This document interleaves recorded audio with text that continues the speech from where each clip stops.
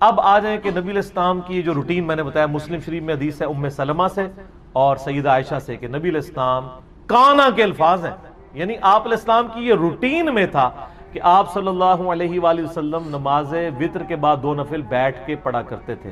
ان وتروں کے بعد 2 نوافل کی فضیلت کیا ہے، اور نبی علیہ السلام تو بیٹھ کے پڑھتے تھے لیکن ہمیں کھڑے ہو کے پڑھنی چاہیے، یہ پوری ڈیٹیل انشاءاللہ میں یہ اذان عصر کے وقفے کے بعد انشاءاللہ تعالی ڈسکس انشاءاللہ۔ وقفے سے پہلے میں نے عرض کیا تھا کہ آپ صلی اللہ علیہ وآلہ وسلم یہ 2 نوافل بیٹھ کے پڑھا کرتے تھے۔ صحیح مسلم میں 2 روایتیں ہیں، سیدہ ام سلمہ سے بھی اور سیدہ عائشہ سے بھی، اور امام نسائی رحمۃ اللہ علیہ نے بھی سنن نسائی کے اندر یہ حدیثیں لی ہیں اور اس کے اوپر باب باندھا ہے انہوں نے کہ نماز وتر اور فجر کے درمیان نوافل پڑھنے کا جواز، انہوں نے فارم بھی لکھ دیا ہے، وہ کہتے ہیں سلف کا فارم، تو انہوں نے یہ فارم ثابت کی، جواز کیا سنت، انہی احادیث کو انہوں نے دلیل بنایا۔ اب بیٹھ والا مسئلہ کہ کھڑے ہو کے پڑھنا ہے یا بیٹھ کے، دیکھیں صحیح بخاری میں حدیث ہے، نبی علیہ السلام نے فرمایا جو شخص کھڑے ہو کے نماز پڑھتا ہے نا، اس کے مقابلے میں جو بیٹھ کے پڑھتا ہے اس کو آدھا ثواب ملتا ہے، اور جو لیٹ کے پڑھتا ہے اس کو بیٹھنے سے بھی آدھا ملتا ہے۔ مجبوری کی وجہ سے بعض اوقات کرنا پڑ جاتا ہے، لیکن اگر مجبوری نہ ہو، جو کھڑے ہو کے نماز پڑھ سکتا ہے اسے کھڑے ہو کر ہی پڑھنی چاہیے۔ رہا نبی علیہ السلام کا معاملہ، یہ صوفیاء نے زیادہ ہنگامہ کھڑا کیا، آپ نے دیکھا ہے کہ جو صوفیاء کے ماننے والے ہیں وہ ضد کرتے ہیں کہ وہ وتر کے بعد 2 نفل بیٹھ کے پڑھتے ہیں، کہتے ہیں سنت ہے، لیکن حکم جو ہے وہ سنت پہ فوقیت رکھتا ہے۔ صحیح مسلم میں حدیث ہے، عبداللہ بن عمر بن عاص کہتے ہیں کہ میں نے نبی علیہ السلام کو دیکھا کہ آپ بیٹھ کے نفل پڑھ رہے ہیں، تو میں آپ کے قریب گیا، آپ کے ماتھے پہ ہاتھ رکھا، میں نے، یہ سنت بھی ہے کسی کی طبیعت چیک کرنے کے لیے، تو انہوں نے کہا، نبی علیہ السلام نے فرمایا کہ عبداللہ کیا کر رہے ہو؟ کہا یا رسول اللہ میں نے آپ سے یہ بات سنی ہے کہ جو بیٹھ کے نوافل پڑھتا ہے اس کو آدھا ثواب ملتا ہے، تو میں چیک کروں کہ آپ بیمار تو نہیں جو بیٹھ کے پڑھ رہے ہیں؟ تو آپ علیہ السلام فرمایا میں بیمار نہیں ہوں، لیکن میں تم لوگوں کی طرح نہیں ہوں، مجھے اللہ تعالیٰ بیٹھ کے بھی مکمل نماز کا ثواب عطا فرماتا ہے، یہ آپ کی خصوصیت ہے۔ جیسا کہ صحیح بخاری اور مسلم میں آتا ہے کہ نبی علیہ السلام نے فرمایا کہ ہم انبیاء کی آنکھیں سوتی ہیں، دل جاگتا رہتا ہے، نبیوں کے وضو نہیں ٹوٹتے سون۔ سیدہ عائشہ کہتی ہیں کئی بار نبی علیہ السلام یعنی نوافل پڑھ کے تہجد کے لیٹتے، میں آپ کے خراٹوں کی آواز بھی سن، پھر اٹھ کے اسی طریقے سے نماز کے لیے چلے جاتے، تو میں کہتی یا رسول اللہ وضو، تو فرمایا کہ ہمارے دل جاگتے رہتے ہیں، آنکھیں سوتی ہیں، تو وضو کے ٹوٹنے نہ ٹوٹنے کا احساس انبیاء کو نیند میں بھی ہو جاتا ہے، ان کی غفلت ویسی نہیں ہوتی جس طرح کی ہماری ہوتی ہے، تو یہ نبی علیہ السلام کی خصوصیت۔ تو چونکہ آپ علیہ السلام خود کہہ رہے ہیں کہ کھڑے ہو کے پڑھنا پورا ثواب ہے، بیٹھ کے آدھا ہے، تو لہٰذا اب اس کی پلی نہیں لینی چاہیے، ہم تو الحمدللہ کھڑے ہو کے ہی پڑھتے ہیں نوافل کو، ظاہر پورا ثواب کمانا چاہیے، یہ بہت بڑی ایک فضیلت ہے، اور اس کی فضیلت سن لیں، سنن دارمی کے اندر حدیث ہے صحیح سند کے ساتھ، یہ حدیث صحیح ابن حبان میں بھی موجود ہے، صحیح ابن خزیمہ میں بھی موجود ہے کہ نبی صلی اللہ علیہ وآلہ وسلم نے فرمایا کہ رات کی بیداری ایک مشکل کام ہے، خصوصاً سفر کے کانٹیکسٹ میں آتا ہے، سفر میں تو بندہ تھکا ہوتا ہے، رات کی بیداری ایک مشکل کام ہے، جب تم وتر پڑھ چکو تو 2 رکعت پڑھ لیا کرو، اگر رات کے آخری پہر تمہاری آنکھ نہ بھی کھلی تو اللہ تعالیٰ تمہیں رات کے آخری پہر اٹھ کے جو نماز پڑھنے کا ثواب ہے وہ عطا فرما دے گا۔ سبحان اللہ، کتنی بڑی آسانی ہے، میرے جیسے کمزور لوگوں کے لیے تو بہت بڑی آسانی ہے، اسی لیے سر ہم پڑھتے ہیں اور لوگوں کو ترغیب بھی دلاتے ہیں کہ یار مفت میں آپ ثواب لیں نا، اور یہ آسانیاں رکھی ہوئی ہیں۔ کیا کوئی ایسا درود شریف ثابت ہے جمعے کے دن عصر کی نماز کے بعد 100 بار پڑھنے سے 80 سال کے گناہ معاف ہوتے ہیں؟ وہ ضعیف روایت ہے طبرانی کے اندر، وہ تبلیغی جماعت والے آپ کو بتاتے ہیں، بریلوی بھی بتاتے ہیں، دیوبندی بھی، وہ روایت کمزور ہے، باقی یہ ٹھیک ہے۔ ابو داؤد میں حدیث ہے، نبی علیہ السلام فرمایا کہ جمعے کا دن تمام دنوں کا سردار ہے، اس دن آدم علیہ السلام پیدا ہوئے، اسی دن فوت ہوئے، اسی دن قیامت قائم ہوگی، یہ یوم مشہود ہے، تم جمعے کے دن مجھ پہ کثرت سے درود پڑھو، بے شک تمہارا درود مجھ پہ پیش کیا جائے گا۔ صحابہ نے کہا کہ جب آپ فوت ہو جائیں گے اور آپ کی ہڈیاں مٹی میں مل جائیں گی، یعنی صحابہ کرام کہتے ہیں گستاخی نہ سمجھ لینا، اس زمانے ایک گستاخیاں نہیں سن ہوتی ہیں، سوال پوچھا جاتا ہے، تو آپ پہ درود اس وقت ہی پیش ہوگا۔ آپ نے فرمایا ان اللہ حرم علی الارض ان تأکل اجساد الانبیاء، بے شک اللہ تعالیٰ نے حرام کر دیا ہے مٹی کے لیے کہ وہ نبیوں کے جسموں کو کھائے۔ اس سے عقیدہ پتہ چل گیا نا کہ انبیاء کے جسم اپنی قبروں میں سلامت ہیں۔ اور دوسرا حضور نے فرمایا جمعے کے دن مجھ پر کثرت سے درود پڑھو، اللہم صلی علی محمد وعلی آل محمد۔ مجموع الزوائد کے اندر ایک روایت ہے، جو شخص صبح و شام 10 دفعہ درود شریف پڑھتا ہے اس پہ میری شفاعت قیامت والے دن حلال ہو جائے گی انشاءاللہ۔ اور ایک اور روایت ہے مجموع زوائد کے اندر، نبی علیہ السلام نے فرمایا جو شخص 100 دفعہ درود شریف پڑھے اللہ تعالیٰ اس کی 2 آنکھوں کے درمیان لکھ دیتا ہے کہ یہ بندہ منافقت اور دوزخ کی آگ سے بری ہے، اور قیامت والے دن اسے شہیدوں میں اٹھائے گا۔ 100 دفعہ اللہم صلی علی محمد وعلی آل محمد پڑھنا کوئی مشکل کام نہیں ہے، مشکل کام ہے، اور یہ سب سے مختصر درود ہے۔ یہ درود شریف درود ابراہیمی کا پہلا حصہ ہے، اور سنن نسائی میں نبی علیہ السلام نے اسے مرفوع بھی تعلیم کی ہے۔ بخاری مسلم میں تو درود ابراہیمی ہے نا، سنن نسائی میں ہے کہ زید ابن خارجہ سے نبی علیہ السلام نے فرمایا مجھ پر درود کو لازم کر لو اور اپنی دعاؤں میں درود پڑھا کرو، اللہم صلی علی محمد وعلی آل محمد۔ یہ مختصر اور کامل درود۔ میں نے دیکھا ویسے اہل سنت کے ہاں درود شریف کے حوالے سے بہت سستی پائی جاتی ہے، شیعہ میں بہت اہتمام ہوتا ہے درود شریف کا کہ نبی علیہ السلام کا مبارک ذکر جب بھی ہو وہ درود شریف پڑھتے ہیں۔ اہل سنت میں بھی جو اہل حدیث ہیں یا سعودیہ کے لوگ ہیں وہ میں نے دیکھا ہے درود شریف کا اہتمام کرتے ہیں، لیکن ان کے اندر ایک خرابی ہے، درود شریف وہ پورا نہیں پڑھتے، صلی اللہ علیہ وسلم کہتے ہیں۔ اچھا وہ کہتے ہیں نہیں دیکھیں جی قرآن میں حکم ہے نبی پر درود پڑھو، اگر کوئی وآلہ ہی نہیں پڑھتا تو درود شریف اس کا ہو جائے گا۔ بات یہ نہیں ہے، بات یہ ہے کہ نبی علیہ السلام سے جب صحابہ نے پوچھا کہ ہم اور آپ کے اہل بیت پہ درود کیسے پڑھیں، تو بخاری کے الفاظ ہیں، آپ نے کہا اللہم صلی علی محمد وعلی آل محمد کما صلیت علی ابراہیم۔ حضور علیہ السلام نے، اور یہ حدیث بخاری اور مسلم میں، ان اللہ وملائکتہ یصلون علی النبی سورہ الاحزاب آیت نمبر 57 کے کانٹیکسٹ میں اس کے شان نزول میں یہ حدیث لی ہے امام بخاری نے، امام مسلم نے۔ کسی صحابی نے کیوں نہیں کہا کہ قرآن میں تو نبی پہ درود پڑھنے کا حکم تھا، آپ اپنی آل پہ درود کیوں پڑھا رہے ہیں؟ جب رسول اللہ صلی اللہ علیہ وآلہ وسلم اس بات پہ خوش ہیں کہ ان کے اہل بیت پہ بھی 7 درود شامل کیا جائے، تو ہمیں کوئی حق نہیں پہنچتا کہ ہم ٹنڈے قسم کے درود بنا بنا کے پیش کرنا شروع کر دیں۔ ہم وہی پڑھیں جو حضور علیہ السلام چاہتے ہیں۔ ہاں یہ ٹھیک ہے کہ ایک مجلس میں آپ نے ایک دفعہ درود پڑھ لیا کافی ہے، ہر دفعہ آپ صلی اللہ علیہ وآلہ وسلم کے نام کے ساتھ درود پڑھنا ضروری نہیں ہے، ایک مجلس میں ایک دفعہ کافی ہے، کیونکہ جامع ترمذی میں حدیث ہے وہ شخص کنجوس ہے جس کے سامنے میرا ذکر ہو اور مجھ پر درود نہ پڑھے، اللہم صلی علی محمد وعلی آل محمد۔ اور جامع ترمذی میں ایک حدیث ہے جو المستدرک للحاکم میں تفصیل کے ساتھ ہے، نبی علیہ السلام وہ 3 سیڑھیاں چڑھے، پہلی سیڑھی پہ جب چڑھے تو فرمایا برباد ہو جائے وہ شخص جس کے سامنے میرا ذکر ہو اور مجھ پر درود نہ پڑھے۔ حضرت جبرائیل نے کہا اور حضور نے کہا آمین۔ تو اس لیے درود شریف کا اہتمام کرنا چاہیے، اللہم صلی علی محمد وعلی آل محمد۔ یہ اپنے کلچر میں درود کو داخل کریں۔ یار دنیا میں کوئی ایسی عبادت ہے نفلی عبادات میں جس طرح کی درود شریف ہے؟ صحیح مسلم میں حدیث ہے جو ایک دفعہ درود شریف پڑھتا ہے اللہ اس پہ 10 رحمتیں نازل فرماتا ہے، اور سنن نسائی میں ہے کہ اس کے 10 گناہ بھی معاف کر دیتا ہے، اس کے 10 درجات بلند کر دیتا ہے، اور اس پہ 10 دفعہ درود بھیجتا ہے۔ اللہ جس پہ درود بھیجے، اللہ جس پہ رحمتیں بھیجے۔ درود شریف اللہ کی عبادت ہے، یہ نبی علیہ السلام کی عبادت نہیں ہے، کیونکہ ہم اللہ سے کہتے ہیں اللہم صلی علی محمد، اے اللہ آپ رحمت بھیجیے۔ تو یہ ہم حضور کے حق میں کیا کر رہے ہیں؟ دعا۔ اور دعا قرآن میں کیا ہے؟ ادعونی استجب لکم، مجھ سے مانگو میں تمہیں دوں گا۔ اور ابو داؤد میں، سنن نسائی میں حدیث ہے الدعاء هو العبادہ، دعا ہی تو عبادت ہے۔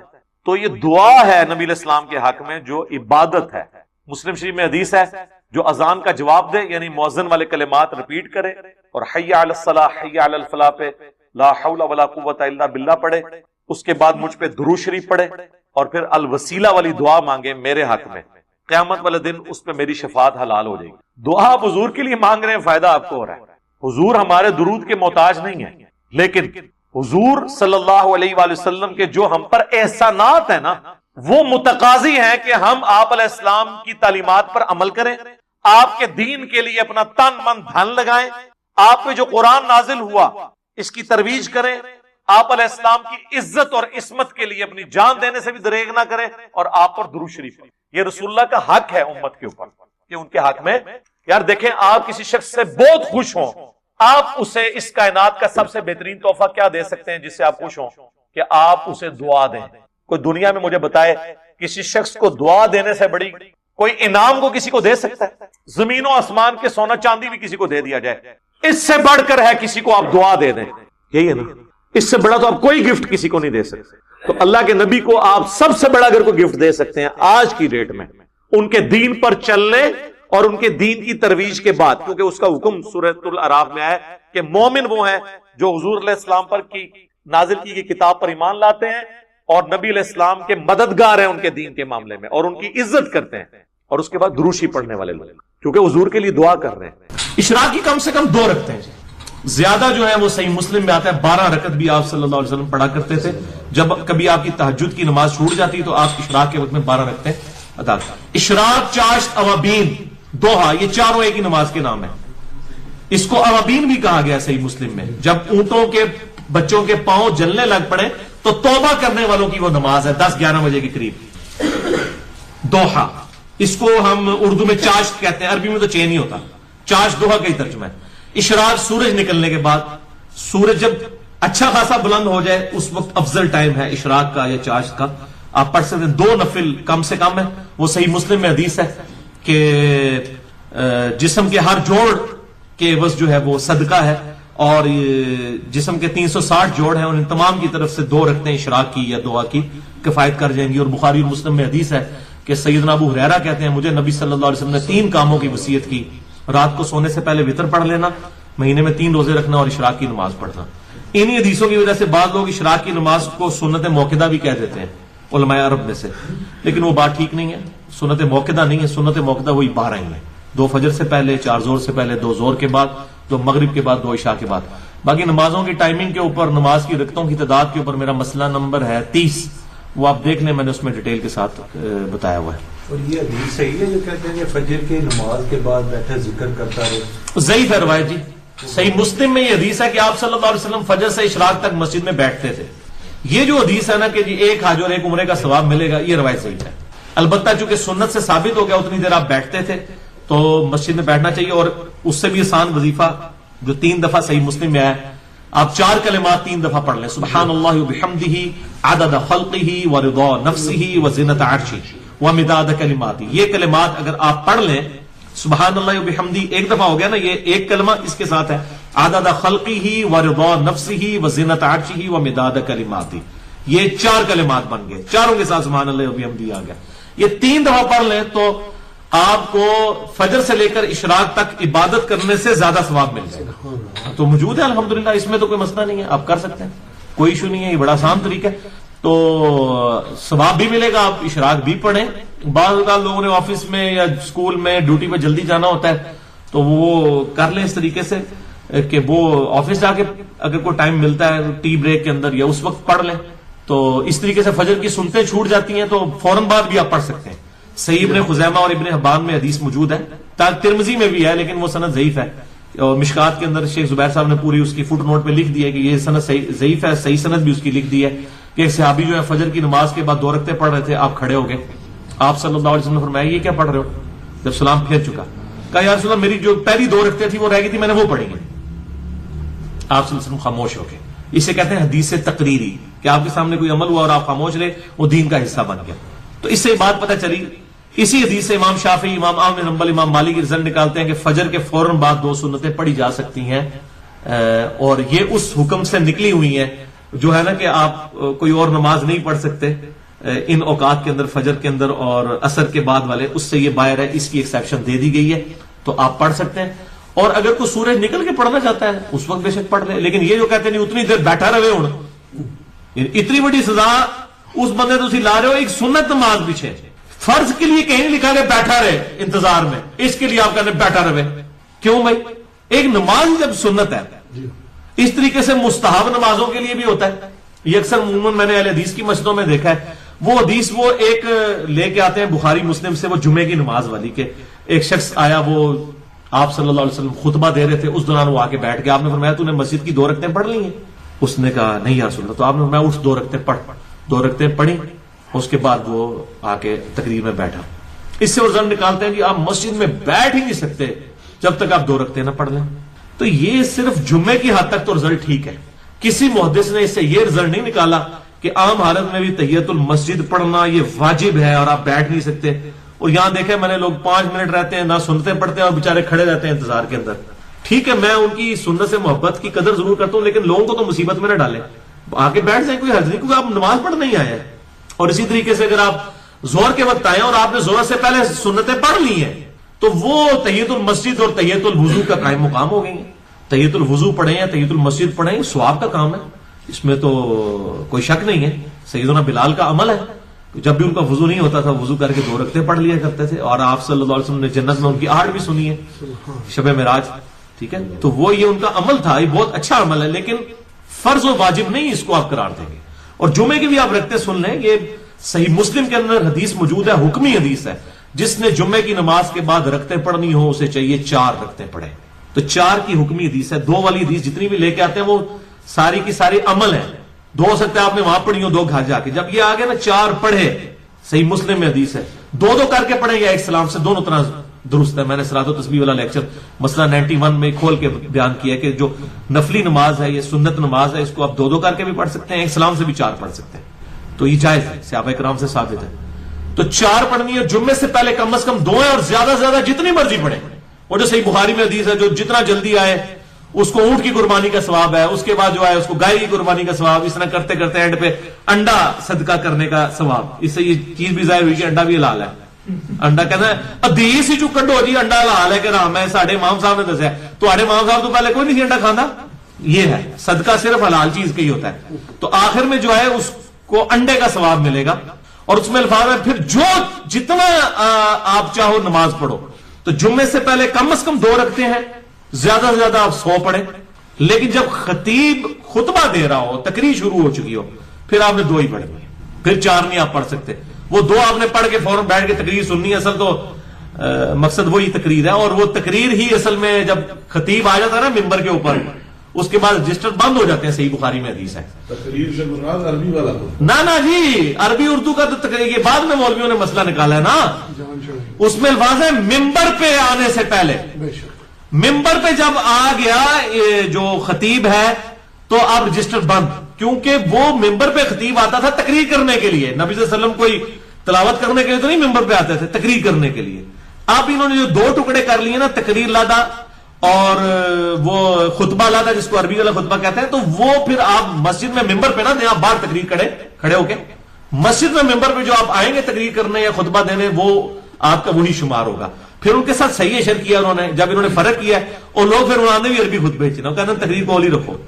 حالانکہ آپ حنفیوں کی مسجد میں بھی اگر جمعہ پڑھتے ہیں نا، تو امام کی جو تقریر ہے نا اس کی شروع ہونے سے پہلے اگر آپ مسجد میں پہنچیں گے تو آپ کو وہ ایکسٹرا آرڈنری ثواب ملے گا، ادروائز کوئی ثواب جواب نہیں ہے، صرف جمعے کا فرض ہی پورا ہوگا۔ وہ تو 2 رکعتیں بھی پڑھ لیں تو فرض ہی پورا ہو جائے گا، لیکن مقصد دیکھیں اس دن تقریر اصل مقصد ہے، اللہ نے 4 کو بھی 2 کر دیا ہے، اصل مقصد تو وہ تقریر ہے، تذکیر کے لیے ہوتا تھا۔ سورہ قاف پڑھا کرتے تھے آپ صلی اللہ علیہ وسلم، صحیح مسلم میں آتا ہے، وہ تذکیر کے لیے تقریر ہوتی ہے، اس لیے 4 رکعتیں کام کی گئی ہیں اور 2 رکعتیں۔ اچھا، اس حوالے سے بعض ایک روایت بھی ہے، وہ ضعیف سند کے ساتھ ہے سنن دار قطنی کے اندر، کہ اگر کوئی شخص جمعے میں صرف تشہد میں آ کے ملے تو 4 رکعتیں پڑھے، تو یہ روایت صحیح نہیں ہے۔ صحیح یہی ہے کہ اگر وہ جمعے کے تشہد میں سلام سے پہلے امام سے مل بھی جاتا ہے نا، تو وہ پھر 2 رکعتیں ہی پڑھے گا، اور اگر اس کی رہ گئی ہے تو پھر وہ 4 فرض پڑھ لے اس کے زور کے۔ اور سفر میں تو جمعہ آپ صلی اللہ علیہ وسلم سے ثابت نہیں ہے، ٹھیک ہے، اگر کوئی پڑھ لیتا تو جواز کی حد تک ہے، ادروائز سفر میں آپ صلی اللہ علیہ وسلم نے 2 فرض ظہر کے ہی پڑھے ہیں، سفر میں جمعہ چھوڑ دیا۔ ظاہر ہے سفر کے اندر ویسے ہی بندہ تھکا ٹوٹا ہوتا ہے، تقریر کون سنے، اصل تو مقصد تقریر کرنا ہے نا، تذکیر کرنا ہے نا، تو آپ صلی اللہ علیہ وسلم نے اس کو بھی سکپ فرما دیا اس حوالے سے۔ اچھا جی، اگر مسجد میں پڑھیں گے تو 4 سنتے پڑھیں گے بعد میں، اگر گھر پڑھیں وہ میں نے بتایا نا، وہ غلط ہو گیا نا، جب آپ نے فرما دیا جس نے پڑھنی ہے وہ 4 پڑھے، تو اب چاہے مسجد میں پڑھے چاہے گھر جا کے پڑھے، جدھر مرضی پڑھے، پڑھنی 4 ہے، 4 سے آپ بے شک زیادہ پڑھ لیں، 6 بھی ابن عمر سے ثابت ہے، 4 پڑھنی ہے، یہ حکمی حدیث ہے۔ اور وہ کہتے ہیں جو گھر جا کے پڑھے وہ 2-3 روایتوں کو جوڑا ہوا ہے، اب صحیح حدیث ہے بخاری کے اندر، ظاہر ہے بخاری کے اندر ہے کہ ابن عمر کہتے ہیں ہم نے ظہر سے پہلے آپ کے ساتھ 2 رکعتیں بھی پڑھی ہیں۔ اس سے بعض لوگوں نے رزلٹ نکالا کہ ظہر سے پہلے 2 بھی کافی ہیں، یہ غلط رزلٹ ہے، کیونکہ وہ 12 رکعتوں کے اوپر جنت کے محل کی بشارت ہے، اس میں ظہر سے پہلے 4 ہیں۔ وہ ابن عمر نے جو 2 ساتھ پڑھی ہیں، ہو سکتا ہے آپ صلی اللہ علیہ وسلم 2 حجرے میں پڑھ کے آئے ہوئے ہوں، یا 2 آپ کا ٹائم تھوڑا تھا، 2 آپ نے بعد میں پڑھ لی ہوں۔ جب الگ سے حدیث موجود ہے نا کہ وہ کیا معاملات تھے، یہ اسی طریقے سے جیسے گھوڑوں کے دموں والی حدیث جو ہے وہ رفع الیدین پہ لگاتے ہیں، وہ کلیئر ہے کہ تشہد کے وقت تھا وہ سلام ایسے کرتے تھے تو ہاتھ اٹھاتے تھے، اب وہ کہیں گے اس میں اسلام کے الفاظ میں نہیں، وہ آپ دیکھیں وہی حدیث ابو داؤد میں بھی ہے، نسائی میں بھی ہے، اس پہ چیپٹر کیا امام ابو داؤد نے بنایا ہے. اور تقی عثمانی صاحب کو بھی خیال آیا، انہوں نے بھی تقریر ترمذی میں لکھ دیا کہ گھوڑوں کی دموں والی حدیث جو ہے یہ لگانا رفع دین پہ یہ علمی خیانت کرنے کے مترادف ہے، یہ اس کے بارے میں نہیں ہے. اور مفتی احمد جان خان نعیمی صاحب جو ہر چیز الٹی بیان کرتے ہیں، جال آگ کے اندر رفع دین کے خلاف چیپٹر باندھا اور یہ روایت انہوں نے اس میں نہیں لکھی، ان کو حیا ہی کہ یہ میں نے نہیں لگانی، ورنہ وہ ہر شاعری لکھ دیتے ہیں. انہوں نے بھی نہیں یہ روایت لکھی، ان کو بھی خیال ہے کہ یار یہ تو خام خام مطلب ہم اس کو بدل رہے ہیں دین کو. چیز یہ خطبے کے دوران یہ دوزانوں ہاں یہ خطبے کے دوران جمعے خطبے کے دوران جو یہ وہ کہتے ہیں وہ پہلے ایسے بیٹھے رہتے ہیں ہاتھ باندھ کے، پھر دوزانوں کچھ بھی نہیں، کہیں بھی ثابت نہیں ہے آپ صلی اللہ علیہ وسلم نے. پہلی تو بات ہے یہ بیٹھتے ہی سارے غلط ہے. احادیث میں جو ملتا ہے وہ یہ ہے کہ صحابہ کرام آپ صلی اللہ علیہ وسلم کی طرف رخ کر کے بیٹھتے تھے، یعنی گول دائرے میں بیٹھیں گے، جس طرح ابھی ادھر بیٹھے انہوں نے میری طرف منہ کیا، ادھر والے ادھر کیا، ادھر یہ قبلہ کی طرف منہ کر کے بیٹھنا جمعے کے خطبے کے دوران یہ تو اس کا مقصد ہی نہیں ہے. تقریر آپ نے سن رہے ہیں، یہ قبلے کی طرف کیوں منہ کیا ہوا ہے؟ خطیب کی طرف منہ کرنا ہے اور ایسے دائرہ بنا کے اس کے گرد بیٹھے، وہ پورا سیمی سرکل بنا کے اس کی طرف متوجہ رہنا ہے. اور اس میں صرف آپ صلی اللہ علیہ وسلم نے ایک چیز سے منع کیا، وہ ہے احتبا کر کے بیٹھنا. ویسے احتبا کرنا سنت ہے، آپ صلی اللہ علیہ وسلم فجر سے اشراق تک احتبا کر کے مسجد میں بیٹھتے تھے، دونوں گھٹنے کھڑے کر کے اور ایسے ان کو پکڑ لینا. اس طرح مسجد میں بیٹھنا سنت ہے، چوکڑی مار کے بیٹھنا بھی، دوزانوں بھی، یہ بھی. لیکن آپ صلی اللہ علیہ وسلم کی ابو داؤد میں حدیث ہے کہ جمعے کے خطبے کے دوران ایسے کوئی نہ بیٹھے، کیونکہ اس میں ریلیکس ہوتا ہے، مطلب وہ نیند آ جاتی ہے، تو اٹینٹو ہو کے بیٹھنا ہے. اس کے علاوہ آپ جس طریقے مرضی سے بیٹھیں. نہیں ایک ہی نماز کے 3 نام ہے نا. اوابین جو مغرب کے بعد پڑھتے ہیں، کسی حدیث میں نہیں ہے کہ مغرب کے بعد جو پڑھتے ہیں وہ اوابین ہے. اوابین کہتے ہیں توبہ کرنے والے لوگ، اوابین. توابین بھی استعمال ہوتے ہیں، وہ توابون تھے نا جنہوں نے قتل حسین کا بدلے کے لیے وہ گئے تھے، توابون. تو اوابین یہ مسلم شریف کے الفاظ ہے کہ اوابین کی نماز اس وقت ہے جب کہ اونٹنی کے بچے کے پاؤں دھوپ کی وجہ سے، زمین گرم ہونے کی وجہ سے جلنے شروع ہو جائے. اگر مغرب کے وقت ایسا ہوتا ہے تو ٹھیک ہے، وہ آپ نے دھوپ کی وجہ سے ساری چیز بتا دی. یہ نام ہے. مثلا میں آپ نماز، اب عشاء کی نماز کو آپ رات کی نماز کہیں، کفتہ کی نماز کہیں، عشاء کی نماز کہیں، نائٹ پریئر کہیں، 10 نام رکھ لیں. تو ایک ایک نماز کے، جیسے قرآن کی صورتوں کے کئی نام ہے نا، تو یہ کئی نام ایک نماز کے ہیں. اسی کو اشراق کی نماز بھی کہا گیا ہے، اور کہا گیا کہ اشراق کی نماز تو اصل میں توبہ کرنے والوں کی نماز ہے، تو آپ نے اس کا نام ایک اوابین بھی رکھ لیا.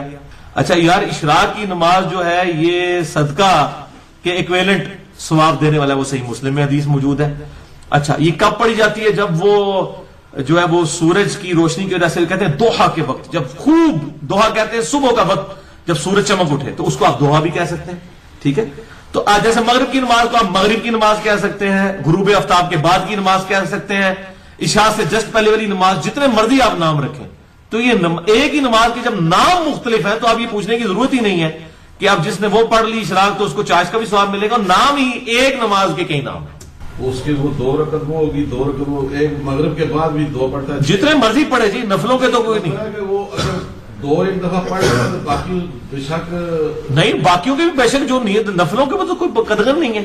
اشراق کے 2 نفل پڑھے، اگلی کے اوپر پھر اشراق کی نیت کر لیں، 12 نفل تو پڑھ سکتے ہیں اشراق کے.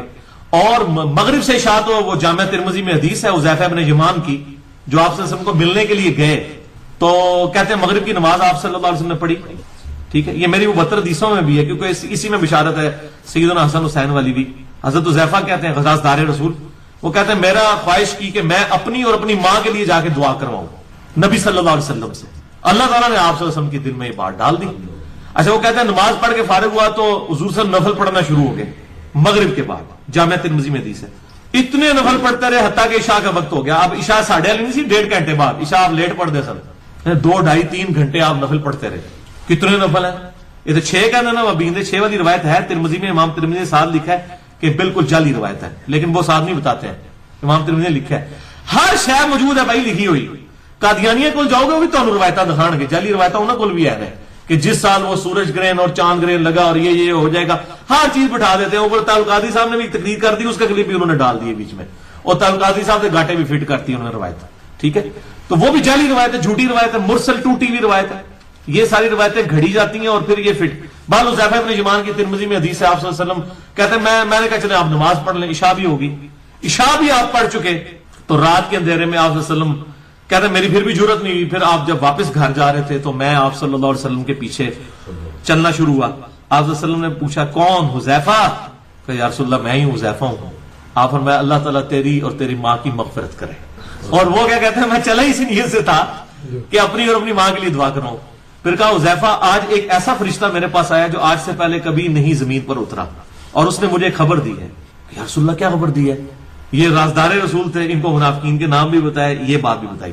فرمایا مجھے خبر دی ہے کہ میرے بیٹے حسن اور حسین جنتی نوجوانوں کے سردار ہیں, اور میری بیٹی فاطمہ جنتی عورتوں کی سردار ہے. اور یہ جو حصہ ہے نا بیٹی فاطمہ جنتی عورتوں کی سردار ہے, یہ بخاری اور مسلم میں بھی ہے. اور جو آپ نے ایک بات کان میں کہی تو وہ رو پڑی, اور پھر دوسری بات کہی تو ہنس پڑی, اس میں بھی یہ الفاظ ہے. یہ حدیث پوری جو ہے وہ اس طرح سٹارٹ ہوتی ہے جو ہم اینڈ پہ لیتے ہیں کہ آپ صلی اللہ علیہ وسلم نے فرمایا کہ حسن و حسین جنتی نوجوانوں کے سردار اور حضرت فاطمہ جنتی عورتوں کی سردار. یہ پوری حدیث جو ہے وہ حذیفہ بن یمان کی یہاں سے سٹارٹ ہوتی ہے. اس سے یہ ثابت ہوئی کہ مغرب سے عشاء تک آپ جتنے مرضی نفل پڑھیں, اور یہ دو ٹائم بڑے عبادت کے لیے آئیڈیل ہیں. فجر سے اشراق کوئی آپ کو تنگ نہیں کرے گا, اور مغرب سے عشاء, کیونکہ وہ اس وقت کھانے پینے اور اس میں ٹائم نکل جاتا ہے. اور عرب کے اندر نا لوگ مغرب پڑھ کے گھر نہیں جاتے ہیں, میجورٹی لوگ مغرب کے بعد عشاء پڑھ کے جاتے ہیں, کیونکہ 1.5 گھنٹے کے ایگزیکٹ بعد جو ہے نا وہ عشاء کی اذان ہو جاتی ہے. وہ بالکل اول وقت میں پڑھا لیتے ہیں, حالانکہ وہ افضل وقت نہیں ہے, لیکن امت کی آسانی کے لیے جائز بھی ہے. بخاری مسلم میں حدیث ہے اگر مجھے امت کا خیال نہ ہوتا تو میں عشاء کی نماز میں تاخیر کا حکم کر دیتا. تو وہ 1.5 گھنٹے بعد, 1.5 گھنٹہ بھی کیا ہوتا ہے وہ 1 گھنٹے ہی بچ جاتا ہے, کیونکہ مغرب کی اذان اور عشاء کی اذان میں 1.5 گھنٹے کا فرق ہوتا ہے. مغرب کی اذان ہوئی, پھر نوافل کا وقفہ ہوا, پھر نماز ہوئی, نماز کے بعد جو ہے وہ جنازے پڑھا گیا, اس کے بعد لوگ اپنی سنتیں پڑھتے ہیں, آدھا گھنٹہ ویسے رہ جاتا ہے, پیچھے 1 گھنٹہ رہ جاتا ہے نماز میں. لوگ کہتے ہیں جناب واپس جائیں گے, پھر وضو کریں گے, تو لوگ وہاں پہ عشاء پڑھ کے ہی جاتے ہیں. یہ ویسے بڑی اچھی روٹین ہے عرب کے اندر, ایک ٹریڈیشنل. حرمین شریفین میں تو میں نے دیکھی ہے, عام مسجدوں میں نہیں, لیکن حرمین کے اندر یہ ہے, ٹھیک ہے, کہ بھئی لوگ پڑھ کے ہی جاتے ہیں عشاء کی نماز. مغرب کے بعد اتنی دیر مسجد میں وہ بیٹھے رہتے ہیں, بڑا آئیڈیل ٹائم ہے. اشراق کا ٹائم کیا ہے؟ اشراق کا ٹائم سورج کی جب ٹکیا باہر آ جائے, مسئلہ نمبر 30 میں نے بتایا نا, سورج کی جب ٹکیا وہ زد ٹکیا باہر آ جائے نا, پوری ٹرانزیشن پیریڈ میں جب ہوگی اس وقت وہ نماز پڑھنا منع ہے. تو جیسے پوری باہر آ جائے ٹکیا, تقریباً 7-8 منٹ کے بعد جب ٹکیا پوری باہر آ جائے اشراق کا ٹائم شروع ہو جاتا ہے. لیکن افضل وقت یہ ہے کہ اس کی روشنی بھی, یعنی وہ ٹکیا روشنی میں بدل جائے, یعنی زرد رنگ پیلے میں, تو وہ افضل وقت ہے, اس وقت پڑھیں. یعنی تقریباً 20-25 منٹ, آدھے گھنٹے کے بعد وہ زیادہ بہتر ہے. باقی 7-8 منٹ کے بعد جیسے ٹکیا باہر آ جائے اب نماز جائز ہو گئی ہے. اس ٹکیا نکلے کے دوران نماز پڑھنا منع ہے. البتہ اگر کسی نے فجر پہلے شروع کر لی ہے تو بخاری اور مسلم میں حدیث ہے جس نے 1 رکعت طلوع آفتاب سے پہلے پا لی اس نے فجر کی نماز پا لی, اور جس نے 1 رکعت غروب آفتاب سے پہلے پا لی اس نے عصر کی نماز پا لی. یہ ایک ہی حدیث ہے بخاری اور مسلم کی, لیکن آدھی حدیث پہ عمل کرتے ہیں, آدھی پہ نہیں. حنفی کہتے ہیں نہیں اثر ہو جاتی فجر نہیں ہوتی, حالانکہ ایک ہی حدیث میں رزلٹ. تو یہ اس طریقے سے ظلم کرتے ہیں. میں آپ کو ساتھ ساتھ ان کی بےمانیاں بھی بتاتا ہوں کہ کس طریقے سے یہ لوگ امت کو دھوکہ دیتے ہیں. لیکن ظاہر امت نے تو کھول کے کوئی چیز پڑھنی نہیں ہے. اور مجھے جب غصہ آتا ہے میں کہتا ہوں یار مسئلہ یہ ہے کہ اکثریت تو دوزخ کے لیے بھائی پیدا ہوئے ہیں. یہ قرآن کا فتویٰ ہے, سورہ الاعراف آیت نمبر 179, وَلَقَدْ ذَرَأْنَا لِجَهَنَّمَ كَثِيرًا مِنَ الْجِنِّ وَالْإِنسِ, اور ہم نے کثیر جن و انس جو ہیں وہ پیدا ہی دوزخ کے لیے کیے. اور ساتھ اللہ نے وجہ بتائی ہے, ان کی آنکھیں ہیں دیکھتے نہیں, کان ہے سنتے نہیں, عقل ہے استعمال نہیں کرتے. اولئک کالانعام بل هم اضل, یہ تو چوپایوں کی مانند ہے بلکہ ان سے بھی گئے گزرے. تو جب عوام الناس سیدھی سیدھی نہیں ہے اللہ کے لیے تو پھر عوام اسی طریقے سے چلے گی, بھوکتے ہیں. اب کیا کریں, سیدھی سی بات. فجر کی نماز لیٹ ہو جاتا ہے, جماعت نکل جائے تو گھر پڑھ سکتے ہیں. ہاں نماز جب نکل جائے تو گھر پڑھنے سے اس لیے منع کیا جاتا ہے کہ مسجد میں چلے جائیں, ہو سکتا ہے آپ کو کوئی اور جماعت چھوٹی بھی مل جائے, یعنی بعد میں بھی جماعت کروا سکتے ہیں نا. ترمذی میں ایک ضعیف روایت ہے لیکن صحیح روایتیں اور کتابوں کے اندر بھی موجود ہیں کہ آپ جو ہے وہ دوسری جماعت بھی کروا سکتے ہیں, تیسری بھی کروا سکتے ہیں, چوتھی بھی کروا سکتے ہیں, لیکن عادت نہ بنائیں کہ آپ جان بوجھ کے لیٹ ہونا شروع کر دیں. تو گھر پڑھنے سے اس لیے منع کیا تھا. ویسے اگر آپ کو یقین ہے کہ میں مسجد میں ایسی جگہ مسجد ہے جہاں پہ بس جو جماعت ہوگی اس کے بعد کوئی آتا نہیں ہے یا اب ٹائم بھی تھوڑا ہے, تو آپ گھر پڑھ لیں, گھر نماز ہو جائے گی. وہ گھر پڑھنے سے اس صورت میں منع کیا گیا ہے جب آپ مسجد میں جماعت چھوڑ دیتے ہیں. ویسے اگر کوئی لیٹ ہے تو جہاں مرضی پڑھے. جب بخاری مسلم کی حدیث ہے پوری زمین میرے لیے مسجد ہے, پھر یہ مولویوں نے فتوے لگائے ہوئے گھر میں نماز نہیں ہوتی, غلط بات کرتے ہیں, یہ بےمانی کرتے ہیں. یعنی جب نبی صلی اللہ علیہ وسلم کہہ رہے ہیں پوری زمین مسجد ہے, پھر تو نماز کہیں بھی ہو سکتی ہے. وہ اس لیے ترغیب کے لیے کہ آپ کی فجر کی یا زہر کی جماعت رہ گئی ہے تو آپ مسجد میں چلے جائیں, کوئی لیٹ آیا ہوا مل جائے گا تو جماعت ہو جائے گی. یہ نہیں ہے کہ گھر میں نماز ہی نہیں ہوتی ہے. اگر جماعت چھوٹ گئی تو ظاہر آپ کہیں کہ میں اتنی دور جاؤں گا, ہونا بھی کچھ نہیں, میں گھر ہی پڑھ لوں, تو ٹھیک ہے, جائز ہے, کیوں نہیں جائز. اور سوال کسی کا؟ اگر آنکھ لیٹ کھلتی ہے, مثلا نہیں کسی دن آنکھ کھلتی, سورج طلوع ہو گیا, آپ بس جب طلوع ہو جائے اس وقت پھر پڑھ لیں, وہ تو صحیح مسلم میں حدیث ہے, آپ صلی اللہ علیہ وسلم کے ساتھ بھی ایسا ہوا تھا, اسی وقت آپ پڑھ لیں نماز ہو گئی. چار مطلب کہتے ہیں جماعت ہو رہی ہے تو بندہ ایک رکعت میں سے ہو رہی ہے تو بعد میں اٹھ کے رفع سے شروع ہو گئی. نہیں, اس میں یہ ہے کہ آخری اگر کسی کی ایک رکعت چھوٹ گئی ہے تو وہ اب جب آخر میں پڑھے گا وہ اس کی چوتھی رکعت ہوگی نا, تو چوتھی رکعت رفع یدین سے شروع نہیں ہوتی ہے, تیسری اور پہلی رفع یدین سے ہوتی ہے. تو ایک رکعت چھوٹی ہے چار میں سے, تو آپ ڈائریکٹ ہی ہاتھ باندھیں گے اور اس کے بعد ثنا پڑھ کے اور سورۃ الفاتحہ اور سورت پڑھ کے اس کو کریں گے. البتہ مغرب میں اگر ایک چھوٹی ہے تو آپ جب پڑھ رہے ہوں گے وہ تیسری آپ پڑھ رہے ہوں گے, دو امام کے ساتھ پڑھ چکے نا, جب آپ چھوٹے گی تو آپ وہ تیسری پڑھ رہے ہوں گے, ٹھیک ہے, تو وہ رفع یدین سے ہوگی. مغرب والی رفع یدین کے ساتھ ہوگی ایک چھوٹی بھی, فجر کی ایک چھوٹے بغیر رفع یدین کے شروع کریں گے امام کے سلام پھیرنے کے بعد, اور عصر اور عشاء اور ظہر کی بھی بغیر رفع یدین کے پڑھیں, ٹھیک ہے. دوسری رکعت میں شامل ہوا تو پھر یعنی اتحیات کے بعد امام صاحب کی تو تیسری ہوگی, اس بندے کی دوسری ہوگی نا, وہ رفع یدین پھر نہ کریں. وہ اجتہادی مسئلہ ہے, اس میں کوئی ڈیٹیل نہیں ملتی ہے. اگر آپ کرنا چاہتے ہیں کر لیں, نہیں کرنا چاہتے نہ کریں, اس میں کوئی مسئلہ نہیں ہے, وہ اجتہادی مسئلہ ہے. اگر آپ امام کو فالو کرنا چاہتے ہیں, لیکن کم از کم آپ کے رفع الیدین وہ پورے ہونے چاہیے جو طاق رختوں والے ہیں. اگر زیادہ بھی ہو جاتے ہیں کوئی حرج نہیں ہے. سجدوں میں بھی رفع الیدین ثابت ہے, زیادہ رفع الیدین کا تو کوئی مسئلہ نہیں ہے. حضرت انس بن مالک سے ثابت ہے نا, جز رفع الیدین میں امام بخاری لے کے آئے, تو وہ زیادہ ہو جائے تو کوئی مسئلہ نہیں ہے. آپ بنیادی بات سمجھ لیں کہ 3 اوقات ایسے ہیں جن میں مطلقاً نماز پڑھنا منع ہے. صحیح بخاری اور صحیح مسلم کی متفق علیہ حدیث ہے کہ جب سورج نکل رہا ہو تو اس وقت کوئی نماز نہ پڑھو یہاں تک کہ وہ مکمل طور پر نکل آئے. یعنی اس کی جو ٹکیا ہے نا, جب وہ طلوع ہو رہی ہو نا, تو اس کا کنارہ جب نظر آئے نا, تو جب تک وہ کنارے کے بعد پوری ٹکیا باہر نہ آ جائے. یہ جو کہتے ہیں نا جی 20 منٹ, یہ تو خود انہوں نے کیا ہوا ہے, ٹھیک ہے, وہ تو بلند بہت ہو جائے افضل وقت ہے, باقی اصل مکروہ وقت وہ ٹکیا کے نکلنے کا. یہ واضح الفاظ ہیں. اور جب غروب ہو رہا ہو تو وہ جب ٹکیا جب غائب ہو رہی ہو اس وقت آپ نے نماز نہیں پڑھنی. اور تیسرا وقت ہے جب وہ سینٹر میں ہو, بخاری مسلم کے الفاظ ہیں. یعنی اگر صبح سورج جو ہے وہ نکل رہا ہے نا آج کل آلموسٹ 6:20 پہ, اور غروب ہو رہا ہے سپوز 5:20 کے اوپر, تو اس پورے ان دونوں ٹائم کے درمیان جو یہ بن رہے ہیں آپ کے 11 گھنٹے, اس کا جو سینٹر کریں گے نا, تو وہ ایگزیکٹ سینٹر میں جب سورج ہوتا ہے نا, تو اس کو کہتے ہیں دحوہ کبریٰ. اس وقت بھی نماز پڑھنا منع ہے. اور جیسے ہی وہ زوال کرتا ہے مغرب کی طرف, زوال ویسے ہم غلط العام ہو گیا, زوال تو کہتے ہی زور کے ٹائم کو ہے, زوال کہتے ہیں سورج کے گرنے کو. جیسے وہ مغرب کی طرف گرتا ہے نا تو وہ زور کا وقت داخل ہو جاتا ہے, اسے کہتے ہیں زوال آفتاب. اور رات کو تو زوال ہوتا ہی نہیں ہے, رات کو سورج ہی نہیں ہوتا. سورج تو مغرب کے وقت گر کے ختم ہو چکا ہوتا ہے ود ریسپیکٹ ٹو زمین, یعنی وہ کہیں اور طلوع ہوا ہوتا ہے. میں سائنٹیفک پوائنٹ آف ویو سے ڈسکشن نہیں کر رہا, میں ریلیٹیولی ڈسکشن کر رہا ہوں. تو یہ 3 اوقات میں ہر طرح کی نماز, حتیٰ کہ نبی علیہ السلام نے ان 3 اوقات کے اندر جنازہ پڑھنے سے صحیح مسلم میں الفاظ ہیں اور مردے کو دفنانے سے بھی منع کیا. لیکن یہ ٹائم تھوڑے تھوڑے ہوتے ہیں, یعنی تقریباً 5 سے 7 منٹ ہوتے ہیں. طلوع کے وقت 5 سے 7, غروب کے وقت اور 5 سے 7 منٹ. یہ جو 20 اور 40 منٹ بنائے ہوئے ہیں یہ غلط ہے, واضح الفاظ ہیں. اور پھر نبی علیہ السلام فرمایا کہ شیطان کے 2 سینگوں میں سے سورج نکل رہا ہوتا ہے, جب اس کا کنارہ ظاہر ہو, جب تک پورا سورج باہر نہ آ جائے تم نے نماز نہیں پڑھنی.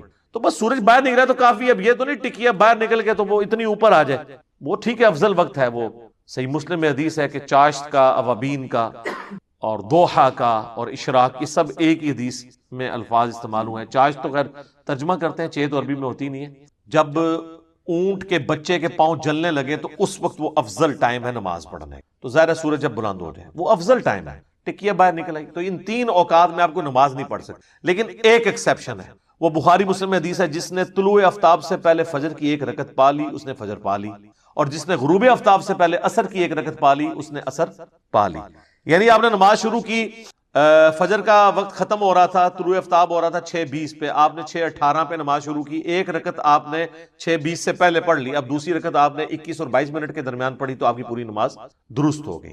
اس طریقے سے غروب آفتاب تھا 5:20, 5:18 پہ آپ نے عصر شروع کی اور 5:22 یا 23 یا 25 پہ ختم کی, اور 1 رکعت آپ نے پڑھ لی تھی غروب ہونے سے پہلے, تو نماز ہوگی. لیکن اس طرح کے ڈیلے کرنا یہ ناپسندید. اب رہا فجر کے بعد نماز پڑھنا اور عصر کے بعد، تو وہ بھی بخاری مسلم میں ہے، نبی علیہ السلام نے فجر کے بعد نماز پڑھنے سے اور عصر کے بعد نماز پڑھنے سے منع فرمایا ہے، لیکن یہ منع وہ والا منع نہیں ہے جو مطلقاً منع ہو، اس میں ایکسیپشنز موجود ہیں، چونکہ ایکسیپشن بھی احادیث کے اندر آئی ہیں تو اب اس کو کیسا ہم رد کر سکتے ہیں؟ مثلا صحیح بخاری میں آیا کہ نبی علیہ السلام عصر کے بعد 2 رکعتیں ہمیشہ پڑھا کرتے تھے، اور بخاری مسلم میں یہ کہ نبی علیہ السلام نے عصر کے بعد نماز پڑھنے سے منع فرمایا۔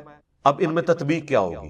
وہ ام عائشہ سے جب پوچھا گیا تو انہوں نے کہا ام سلمہ سے جا کے پوچھا۔ ام سلمہ نے بتایا کہ نبی علیہ السلام نے ایک دفعہ اس طرح نماز پڑھی تو میں نے، یہ بخاری کے الفاظ ہیں، میں نے پوچھا یا رسول اللہ آپ تو ہمیں عصر کے بعد نماز پڑھنے سے منع فرماتے ہیں اور آپ خود نماز پڑھ رہے ہیں، تو آپ نے فرمایا کہ میرے ظہر کی بعد والی 2 سنتیں رہ گئی تھیں، کوئی آپ کو مہمان ملنے کے لیے آ گئے تھے تو میں نے اب عصر کے بعد وہ پڑھی ہے۔ اور پھر ام سلمہ کہتی ہیں رسول اللہ کی عادت تھی جب آپ کو نیکی کا عمل شروع کرتے تھے نا پھر اس پہ ہمیشگی اختیار کر لیں، کیونکہ بخاری مسلم الفاظ ہیں کہ اللہ کو وہ عمل پسند ہے جو تھوڑا ہو لیکن مسلسل ہمیشہ کیا جائے، بنسبت اس عمل کے جو بہت زیادہ ہو لیکن کبھی کبھار کیا جائے۔ تو وہ 2 رکھتے ہیں، چونکہ آپ سے ایک دفعہ ہوا تو آپ نے زندگی کا حصہ بنا لی اور وہی صحابہ بعد میں لے کے چلتے تھے۔ لہٰذا بخاری مسلم میں جو حضرت عمر کے بارے میں یا حضرت معاویہ کے بارے میں آتا ہے کہ وہ صحابہ کرام کو ڈانٹتے تھے اس بات کے اوپر کہ تم عصر کے بعد 2 رکعتیں کیوں پڑھتے ہو، تو وہ ان کا عمل ڈانٹنے والا شاذ ہو جائے گا، کیونکہ صحابہ کو یہ پتا تھا کہ نبی علیہ السلام نے وہ 2 رکعتیں پڑھی ہیں، ان تک وہ حکم نہیں پہنچا ہوگا۔ باقی اس کے علاوہ اگر کوئی پڑھتا ہے نوافل تو وہ تو منع ہے، البتہ کوئی قضا نماز کسی کی رہ گئی ہے وہ پڑھ سکتے ہیں،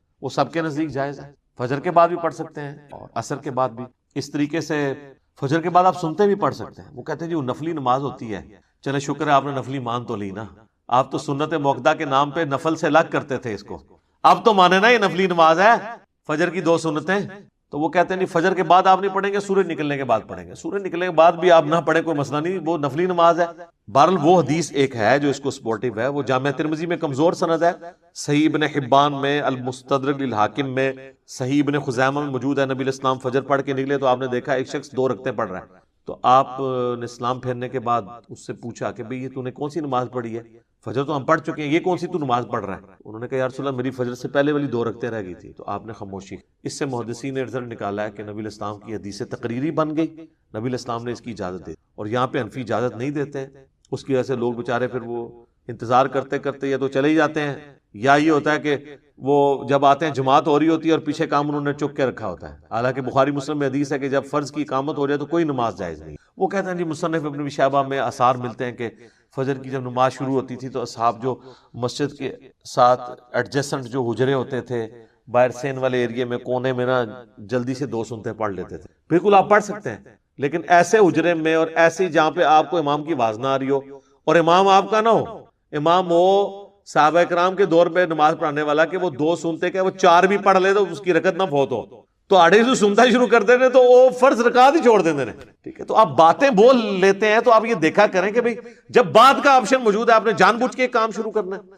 دوسری طرف اہل حدیث بھی غلطی کرتے ہیں، انہوں نے روٹین بعد والی بنائی ہوئی ہے، جان بوجھ کے لیٹ ہو جاتے ہیں، سستی کر کے بعد میں پڑھ سکتے ہیں، وہ بھی ایک دوسری ایکسٹریم۔ باقی یہ 3 اوقات ہیں جو اصل میں مکروہ ہے، سورج نکلتے وقت، سینٹر میں اور غروب ہوتے وقت۔ رات کو کوئی مکروہ وقت نہیں ہے، پوری رات آپ نماز پڑھ سکتے ہیں۔ بخاری مسلم میں حدیث ہے، بخاری میں تو امام بخاری نے صرف چیپٹر کی ہیڈنگ میں لیا ہے کہ عشاء کا وقت رات تک رہتا ہے، آدھی رات تک، لیکن یہ افضل وقت ہے، عشاء کا وقت فجر تک رہتا ہے، کیونکہ شرح مانی الاثار جسے طحاوی شریف کہتے ہیں اس میں حضرت ابو ہریرہ کا قول ہے، اور حضرت ابو ہریرہ نماز کے اوقات روایت کرنے والے صحابہ میں سے ہیں۔ وہ کہتے ہیں کہ عشاء میں افراط یہ ہے کہ کوئی شخص اتنی لیٹ کر دے کہ فجر کا وقت داخل ہو جائے، اس سے پہلے اگر وہ عشاء پڑھ لیتا ہے تو اس کی نماز درست ہے۔ لہذا امام حنیفہ کا موقف درست ہے کہ آپ عشاء کو فجر سے پہلے پڑھ سکتے، افضل یہ کہ آدھی رات سے پہلے پڑھ لیں۔ اور افضلیت تو پھر میرے بھائی بخاری مسلم میں حدیث ہے کہ اگر مجھے امت کا خیال نہ ہوتا تو میں عشاء میں تاخیر کا حکم دے دیتا، تو تاخیر تو کوئی نہیں کرتے۔ ایون سعودی عرب میں تو آپ دیکھیں ایگزیکٹ 1.5 گھنٹہ انہوں نے فکس کیا ہوا ہے، اذان مغرب کے ایگزیکٹ 1.5 گھنٹے بعد اذان عشاء ہوتی ہے، یعنی آپ مغرب کی نماز پڑھ کے فارغ ہوتے ہیں تو آلموسٹ 35-40 منٹ کے بعد عشاء کی اذان ہو جاتی ہے، باقی تو وقفے میں گزر جاتا ہے نا، کیونکہ وہ نماز بھی ان کی لمبی ہوتی ہے نا۔ تو اس لیے آپ دیکھیں مغرب سے عشاء لوگ اعتکاف کرتے ہیں حرمین کے اندر، مکے میں اور مدینے کے، تو اب ان سے کوئی پوچھے کہ افضل وقت ہے تو وہ کہیں گے یار ہم وہ افضل ہی ہے نا، کیا مطلب ہم تو امت کی آسانی دیکھ رہے ہیں۔ اور دوسری طرف فجر کی نماز یہ اندھیرے میں پڑھاتے ہیں، اور اگر کوئی تھوڑا سا لیٹ پڑھ لے کہتے ہیں اس نے سنت چھوڑ دی ہے، تو وہاں نہیں آپ کو خیال آتا، عشاء پہ آپ سنت آپ چھوڑتے ہیں، فجر پہ حنفی چھوڑ دیتے ہیں۔ بھائی سنت یا افضلیت کو آپ فرض کے درجے میں نہ لے کے جائیں.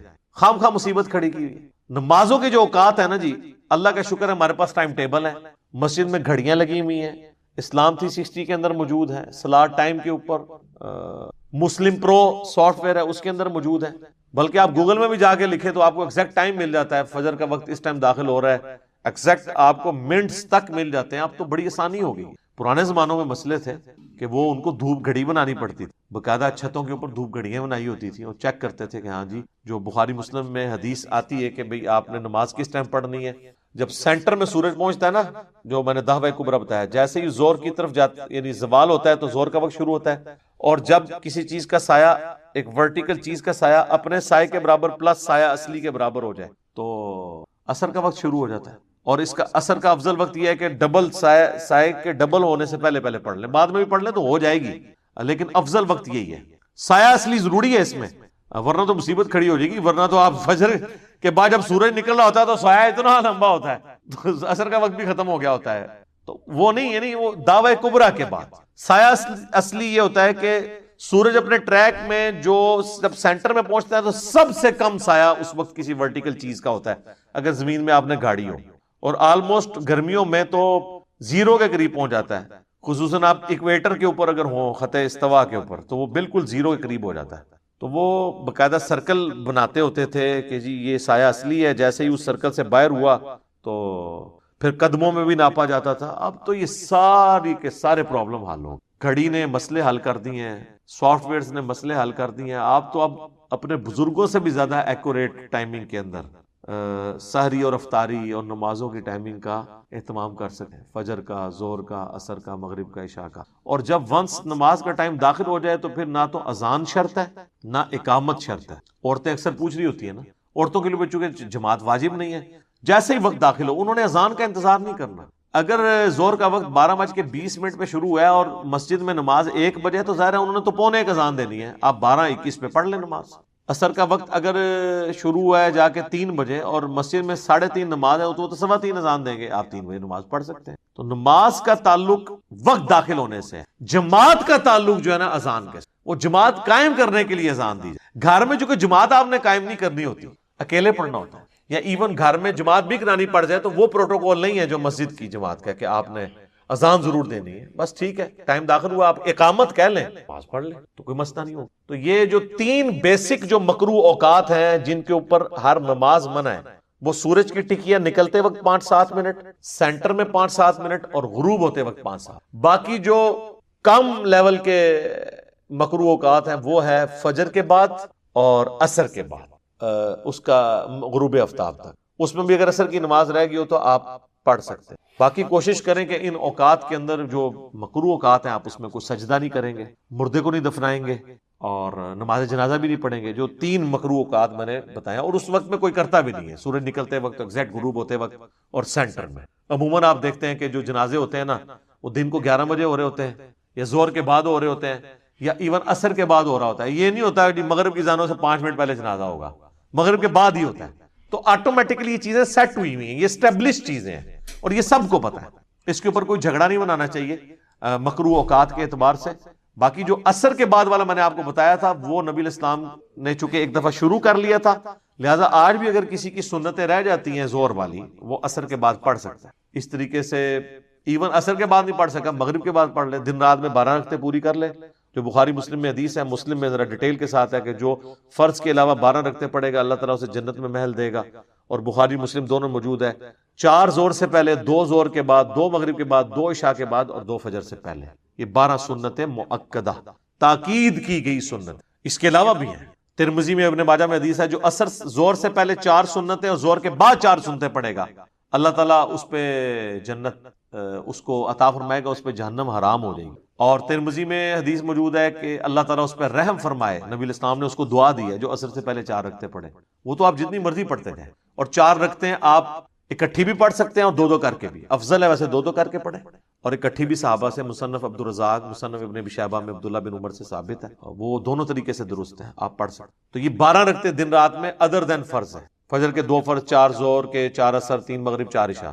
جس پہ اجماع ہے، بخاری مسلم میں حدیث موجود ہے۔ جمعے والے دن 2 فرض ہیں، جمعے سے پہلے جتنی مرضی رکھتے ہیں آپ پڑھیں، جب خطیب ممبر پہ چڑھ جائے پھر 2 رکھتے ہیں بخاری مسلم، اور خطیب ممبر پہ نہیں چڑھا تو بخاری مسلم میں جو جتنا اللہ توفیق دے پڑھو، اور بعد میں 4 رکھتے ہیں۔ مسلم شریف کے الفاظ ہیں جس نے جمعے کے بعد نماز پڑھنی وہ 4 رکھتے ہیں پڑھے، 2 کر کے بھی پڑھ سکتے ہیں، 4 کٹھی بھی پڑھ سکتے ہیں، لیکن یہ ساری نفلی عبادات ہیں، یہ اوبلیگیٹری نہیں ہے۔ میں کہتا ہوں جو بیچاری بچے پالنے والی عورتیں ہیں ان کے لیے تو فرض پڑھنا بھی مشکل ہو جاتا ہے، تو ان کے لیے کہ وہ صرف فرض پڑھیں اور نمازوں کو جمع کر لیں، اور جمع سوری کر لیں جس پہ کسی کا اختلاف نہیں، یعنی ظہر آخری وقت میں، عصر پہلے وقت میں، مغرب آخری وقت میں، عصر پہلے وقت میں۔ یعنی آج کل اگر سپوز عصر کا وقت شروع ہو رہا ہے 3 بجے، 2:50 پہ ظہر پڑھ لیں، 3 بجے عصر پڑھ لیں، ایک ہی وضو سے دونوں پڑھ لیں، اور غروب آفتاب ہو رہا ہے 5:20 پہ، اور اس کے بعد عشاء کا وقت داخل ہو رہا ہے 7 بجے تقریباً یا 6:45 بجے، تو وہ 6:30 مغرب پڑھ لیں، 6:45 عشاء پڑھ لیں، تو قریب قریب کر کے اس کو کہتے ہیں جمع سوری۔ جمع تقدیم اور جمع تاخیر بھی کر سکتی ہیں، ظہر کے ساتھ ہی عصر پڑھ لیں، اور عصر کے وقت میں جا کے پہلے ظہر پھر عصر پڑھیں، مغرب عشاء کو بھی اس طریقے سے جمع کیا جا سکتا ہے۔ چلیں اس پہ تو پھر کسی کو تھوڑے بہت ایزا ہو جاتا ہے، لیکن جمع سوری پہ تو سب کا اتفاق ہے کہ وہ اپنے اپنے وقت میں نماز پڑھ رہے ہوتے ہیں۔ یہ آسانیاں آپ دیں لوگوں کو تو آپ دیکھیں لوگوں نے تو نماز شروع کر دی ہے، کئی عورتیں انہوں نے نماز شروع کر دی ہے کہ یہ تو نماز بڑی آسان ہو گئی پڑھنی۔ جب آپ دن رات میں 17 رکھتے ہیں ٹوٹل جو اللہ نے آپ سے پوچھنی ہے، اور آپ نے صرف عشاء کی 17 بتائی ہوئی ہیں، سر یہ ایک دن عشاء کی 17 رکھتے کو پڑھے گا، دوسرے دن تو کہے گا یار واقعی نماز بہت مشکل کام ہے۔ تو ہم یہ پوچھتے ہیں صحابہ کرام یہ ساری پڑھتے تھے؟ صحابہ کرام تو اتنے سٹرکٹ تھے، بخاری اور مسلم دونوں میں حدیث ہے، عبداللہ بن عمر نے سفر میں 2 فرض پڑھے ظہر کے، 2 عصر کے، اور اپنے خیمے میں واپس آئے تو دیکھا لوگ جو ہے نا ابھی بھی نماز پڑھ رہے ہیں، تو آپ نے کہا یہ لوگ کیا پڑھ رہے ہیں؟ کہا کہ جی سنتے ہیں پڑھ رہے ہیں، انفی ہے یہ میں نے کہا ہے، یہ بخاری مسلم الفاظ ہیں۔ حضرت عبداللہ بن عمر کہتے ہیں کہ یار اگر یہ سنتے ہی پڑھنی ہوتی تو میں ظہر کے 4 فرض نہ پڑھ لیتا جو میں نے 2 پڑھے ہیں۔ کٹی وٹی پھکی دی تھی انہوں نے کہ اللہ نے فرض کٹا کے 4 تو 2 کرتے نے، تجھے سنتا نال پھر بھی جوڑی ہوئی ہیں۔ تو یہ مسئلے شروع، پھر انہوں نے بتایا کہ میں پوری زندگی حضور کے ساتھ رہا ہوں، حتیٰ کہ حضور کی وفات ہوگی آپ سفر میں 2 رکعتیں ہی پڑھتے تھے، پھر حضرت ابوبکر کے ساتھ رہا، حضرت عمر کے ساتھ رہا، سب سفر میں 2 رکعتیں ہی پڑھتے تھے، سوائے مغرب کے وہ 3 ہیں۔ سنتے صرف جواز ہے، نفلی عبادت ہے، لیکن یہ اس کو اتنی مصیبت کھڑی کی ہوئی ہے، سنتوں کو تو چھوڑ دیں، اس سے چھوٹی چیز تراویح ہے، وہ کہتے ہیں جو تراویح نہ پڑھے اس کا روزہ نہیں ہے۔ ہم کہتے ہیں یہ کہاں لکھا ہے؟ کہتے ہیں ہم نے تو بتایا نہیں تھا، یہ تو تم خامخواہ الزام لگاتے ہو۔ یہ کہتے ہیں جی وہ بغلوں میں بت رکھ کے آتے تھے اس لیے رفع دین ہوتا تھا، ہم نے کہا یہ کہاں لکھا ہوا ہے؟ ٹھیک ہے، وہ کہتے ہیں جی وہ یہ تو تم ہمارا مذاق اڑا رہے ہو، ہم نے تو کبھی یہ بات نہیں بتائی ہے۔ سر یہ کون پھر بتاتا رہے لوگوں کو؟ یہ جنات آ کے انسانی شکل میں ان کو یہ بتا کے گئے ہیں، تم لوگوں نے یہ مشہور کیا ہوا تھا نا، آج ہم نے ایکسپوز کیا ہے تو تم لوگ کہتے ہو کہ یار یہ تو اپنی طرف سے ہی باتیں بنا رہا ہے، اپنی طرف سے نہیں بنا رہے، یہ آپ لوگوں نے کہانیاں لوگوں کو کرائی تھی، لوگوں کو مصیبت میں ڈالا تھا۔ اللہ کا شکر ہے کہ لوگوں کو سمجھ آیا کہ دین کتابوں کے اندر ہے، بابوں کے اندر نہیں ہے۔ ایک ایک حدیث ہم بتاتے ہیں ریفرنس کے ساتھ، لوگ چیک کرتے ہیں اور وہ اسی طریقے سے نکلتی ہے، پھر وہ جا کے اپنے وہاں سے پوچھتے ہیں یار تم نے ہمارے ساتھ کیا کیا، یہ کہاں لکھا ہوا تھا؟ تو پھر وہ آگے سے کہتے ہیں کہ پتہ چل گیا تو کیڑے اسٹیشن تو بول رہے ہیں۔ یہ کوئی جواب نہیں ہے، اسٹیشن چھوڑیں میرے بھائی، آپ کی گاڑی چھوٹ چکی ہے تو آپ یہ نہ سمجھیں کہ باقیوں کی بھی، آپ اپنے اسٹیشن پہ کھڑے رہیں، آپ کے اسٹیشن وہی پرانے ہیں، دیوبند اور بریلی انہی اسٹیشنوں کے اوپر رہیں، آپ کی سواریاں جو ہے نا وہاں سے جو ہے نا وہ ہم نے اٹھائی ہیں، سوار کر کے رسول اللہ کے قدموں تک پہنچا دی ہیں اللہ کے فضل سے، آپ وہ اجڑے ہوئے آپ کے اسٹیشن، ہمیں پتہ ہے، اس لیے غصہ نہ کھائیں، علمی میدان میں آ کے آپ بھی ایکسیپٹ کر لیں اور آپ بھی اس نعرے کو بلند کریں کہ مرنے سے پہلے اے مسلمان کر لے اس پہ غور، کتابوں کا خدا اور ہے، بابوں کا خدا اور۔ ویسے ایک اور نعرہ ہے، ویسے برا لگتا ہے، میں آپ کے لیے نہیں بیان کر رہا، باقی ان کو خوش کرنے کے لیے